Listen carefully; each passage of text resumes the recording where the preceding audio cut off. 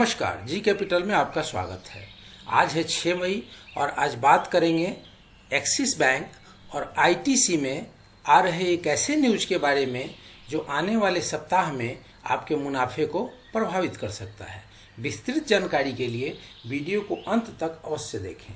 जैसा कि जीएसटी या अन्य राजस्व कोरोना की महामारी के चलते बहुत बुरी तरह प्रभावित हुए हैं, क्योंकि गाड़ियां नहीं बिक रही, व्यापार कोई हो नहीं रहा, गाड़ियां सड़कों पर नहीं चल रही ताकि डीजल पेट्रोल से प्राप्त राजस्व आ पाता। इस प्रकार सरकार की आमदनी पूरी तरह से बंद हो चुकी है, जबकि दूसरी तरफ भिन्न भिन्न तरीके के राहत पैकेजों की घोषणा जारी है। भारत सरकार ने निर्णय लिया है कि फंड क्रिएट करने के लिए इस हफ्ते या अगले हफ्ते आईटीसी और एक्सिस बैंक की अपनी संपूर्ण हिस्सेदारी बेच देगी तथा उससे लगभग 22,000 करोड़ रुपए का फंड रेज कर पाएगी।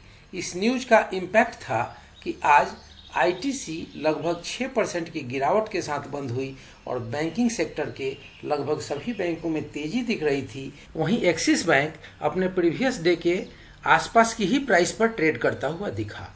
अब इसको ठीक से समझते हैं तो हम देखेंगे कि मार्केट ऑलरेडी बहुत दबाव में है और सभी कंपनियों के शेयर प्राइस दबाव झेल रहे हैं। और अगर इस दरमियान अगर किसी कंपनी में अतिरिक्त माल बेचने के लिए आ जाए तो उस कंपनी के शेयर प्राइस में गिरावट आना तो स्वाभाविक ही है। अब आगे देखते हैं तो यह देखते हैं कि आईटीसी में भारत सरकार की हिस्सेदारी लगभग 8% है। पूरी दुनिया में कोरोना के चलते पर्यटन उद्योग बुरी तरह प्रभावित है, जिसका असर आईटीसी के होटल उद्योग पर भी पड़ा है और इस चलते इसके शेयर प्राइस कमज़ोर पहले से ही हुए थे। उस पे से भारत सरकार के द्वारा अपने हिस्से की सेल आने वाली है तो आईटीसी के शेयर प्राइस का लगभग सेल लगना तय है। कमोबेश यही स्थिति एक्सिस बैंक में भी होती हुई दिख रही है, जिसमें भारत सरकार की हिस्सेदारी लगभग 4.70% है। यह हिस्सेदारी बॉम्बे स्टॉक एक्सचेंज को दी गई अपडेटेड जानकारी है जो 31 मार्च 2020 तक की स्थिति है। भारत सरकार अपनी हिस्सेदारी unit trust of India UTI के माध्यम से होल्ड करती है। इस नाम को सुनते ही आपको याद आ गया होगा कि यह एक्सिस बैंक पहले यूटीआई बैंक ही हुआ करती थी, जो बाद में जाकर प्राइवेट बैंक एक्सिस बैंक बनी थी। अब इनके प्राइस मूवमेंट को चार्ट पर देखते हैं ताकि आगे इसमें रणनीति बनाना हमारे लिए आसान हो जाए। तो एक्सिस बैंक को अगर देखते हैं तो एक्सिस बैंक में बहुत पुरानी बात नहीं, केवल 2020 की बात करें तो 1 जनवरी को एक्सिस बैंक हाई बना रहा था 759.95 लगभग 760 रुपये की, और वहाँ से इसमें लगातार एक गिरावट दर्ज होती है और फाइनली पीछे देखेंगे आप 25 मार्च, तो 25 मार्च को इसकी कीमत हो जाती है 286 रुपये की। आप समझ सकते हैं कि कितनी बड़ी गिरावट है। 760 रुपये से 286 रुपये, लगभग 62% तक की गिरावट इसमें दर्ज हुई। लेकिन यहाँ से एक प्राइस रिवर्सल हुआ और प्राइस रिवर्सल आप देखेंगे कि इसमें करीब करीब इसमें 17 अप्रैल को 486 रुपये के आसपास एक इसकी प्राइस की अपसाइड रिवर्सल आती है। फिर वहाँ से इसमें कमजोरी दर्ज होता है। आज की परिस्थिति जो है उसे देख लेते हैं तो आज ओपन होता है 385 रुपये पर, इसकी हाई बनती है 394 रुपये 40 पैसे और लो बनाता है 368 रुपये 10 पैसे और लगभग बंद भी 388 रुपये के आसपास होता है। ये रही आज इसकी प्राइस की मूवमेंट।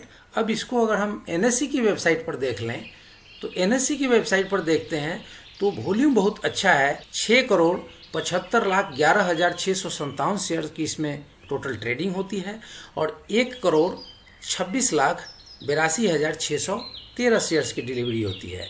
तो डिलीवरी परसेंट है 18.79 लगभग 19%।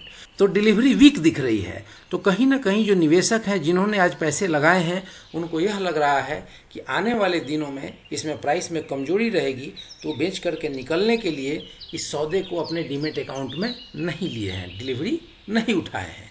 तो ये नज़रिया आपका हो सकता है जो मैंने आपसे बताया। अब दूसरी कंपनी की बात करें आईटीसी कंपनी की, तो आईटीसी कंपनी के प्राइस चार्ट की मूवमेंट को अगर देखा जाए तो इस कंपनी में भी हम अगर इस वर्ष की शुरुआत से अगर देखें तो आप देखेंगे कि 1 जनवरी को 238 रुपये 60 पैसे का ये एक अपना हाई बना रहा था और वहाँ से इसमें लगातार गिरावट आती है और 13 मार्च का दिन अगर हम देखें तो 13 मार्च को यह 134 रुपये 60 पैसे का लो बनाता है। फिर यहाँ से इसमें एक प्राइस में मूवमेंट अपसाइड रहती है। तो यहाँ देखेंगे 15 अप्रैल को ये एक बार जो अपनी हाई बनाता है वह बनाता है 193 रुपये 75 पैसे का और फिर यहाँ से इसमें लगातार कमजोरी होती चली जाती है। यहाँ भी अगर देखें कि 1 जनवरी से लेकर और 13 मार्च के बीच में जो गिरावट थी वह लगभग 104 रुपये की गिरावट थी और लगभग 43% की गिरावट थी। तो एक कंपनी में आपने देखा कि लगभग 62% की गिरावट थी और यहाँ आप देख रहे हैं कि इसमें 43% की गिरावट थी। अब इसको अगर आज की प्राइस देखें तो आज ये ओपन होता है 171 रुपये 40 पैसे पे, लो बनाता है 160 रुपये 55 पैसे का और हाई बनाता है 171 रुपये 40 पैसे का। जहाँ ये ओपन होता है वही इसकी हाई होती है और फाइनली क्लोजिंग होता है 164 रुपये 95 पैसे का। तो आप देख रहे हैं कि काफ़ी तेज़ गिरावट थी, 6% की गिरावट थी। अब इसमें हमें क्या निर्णय लेना है उसके बारे में अगर हम बात करें तो इस चार्ट को देखने के बाद आप 2 बातें और गौर करेंगे। इसके RSI को, इसकी RSI बिल्कुल नोज डाइव हो चुकी है, वैल्यू 40 के आसपास आ चुकी है। और इसके MACD की बात करें, इसके MACD में एक बियरिश क्रॉसओवर जनरेट हो चुका है। तो प्राइस आगे चल के कमज़ोर होना है। तो इसमें हमारा निर्णय ये होगा कि जिन लोगों को मुनाफा हुआ है उन लोगों को अपनी स्टॉप लॉस लगा लेनी चाहिए, ताकि यहाँ से अगर प्राइस रिवर्सल आता है 136 की तरफ या 150 की तरफ कहीं भी आ सकता है। जैसा कि मार्केट भी कमज़ोर है, ऊपर से सेल भी है, तो प्राइस में जब कमज़ोरी आएगी तो आप ये अनुमान लगा के चल सकते हैं कि इसने जो एक बॉटम बनाया था 134 रुपये के आसपास, तो वहाँ तक भी इसकी प्राइस आ सकती है। तो आप अपने स्टॉप लॉस को स्ट्रिक्ट करें और 160 रुपये के आसपास आप अपनी स्टॉप लॉस लगाएं, ताकि वहाँ से भी अगर प्राइस नीचे आती है तो आपका पैसा सुरक्षित रहे और फिर निचले स्तरों पर आकर के आप इसमें दोबारा एंट्री ले लेंगे। और जो नए निवेशक हैं उनके लिए अभी वेट एंड वॉच करना चाहिए, इसमें अभी कोई नया निवेश नहीं करना चाहिए। अगर 150 से नीचे की ओर मूवमेंट करता है तो वहाँ से जाके वो स्टेगर मैनर में निवेश कर सकते हैं। वही स्थिति एक्सिस बैंक में निवेशकों के लिए है कि इस लेवल पर उनका इन्वेस्टमेंट करने से बिल्कुल मनाही है मेरे नज़रिए से। इस प्राइस को वेट एंड वॉच करें और यहाँ से अगर कोई नीचे की तरफ रिवर्सल होता है और 350 के नीचे की तरफ आता है तो वहाँ से वो चाहें तो इसमें स्टेगर मैनर में अपने निवेश को कर सकते हैं, क्योंकि कंपनी ने जो नीचे का बॉटम देखा है वो 282 तक का देखा है।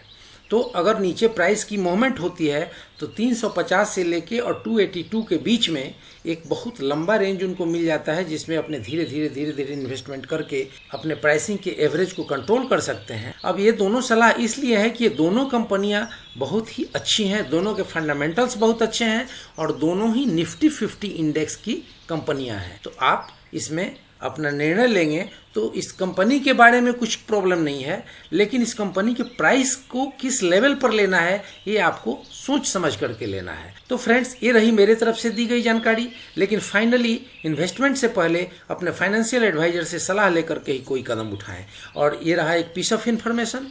ये अगर वीडियो अच्छी लगी तो इस वीडियो को शेयर करें, लाइक करें, सब्सक्राइब करें और बेल आइकन बटन दबाना ना भूलें, ताकि यह वीडियो सबसे पहले आप तक पहुंचे। जय हिंद, जय भारत।